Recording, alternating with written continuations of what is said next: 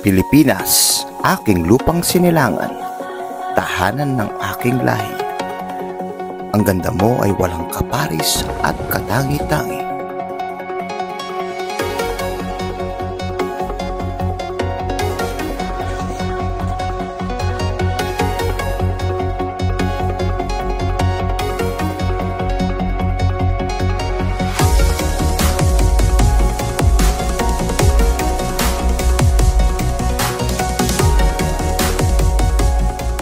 Morning!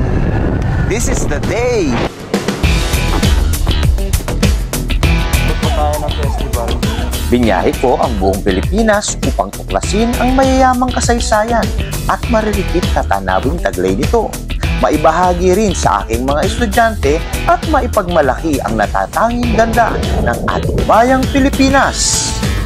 Ilang buwang inihanda ang sarili, inisip at pinlano ng maigi ang bawat rutang tatahakin.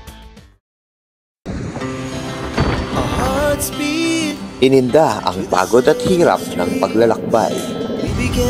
It's 2:30, ayan yung sasakyan natin. Nilabanan ang emosyon ng pangungulila dahil sa pagkawalay sa pamilya.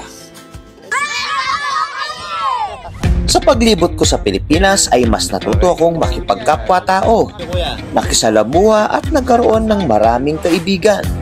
Unti-unting napalitan ng ligaya ang nadaramang pangungulila. Ay sa Grand Mosque ng Cotabato City. Hindi naging hadlang ang pagkakaiba ng wika, kultura at paniniwala. Muslim man o Kristiyano, tayong lahat ay Pilipino. Sa aking paglalakbay ay napatunayan kong hindi mo na kailangang mangibang bansa upang makita ang ganitong mga tanawin. Tunay ngang ang Pilipinas ay biniyayaan ng kayamanang likas na dapat ipagmalaki. Kaya maraming dayuhan ang pumupunta sa atin para maranasan ang kalikasang ito. Ang Philippine Loop ay isang katuparan ng aking matagal ng pangarap bilang isang rider. Dito sinubok ang aking talento, lakas at determinasyon. Akala ko dati ay imposible, pero dahil sa mga suporta ninyo, kaantabay ng aking pamilya, ito ay naisakatuparan ko. Ako, si Maestro Viajero, at ipinagmamalaki kong natapos ko ang Philippine Loop!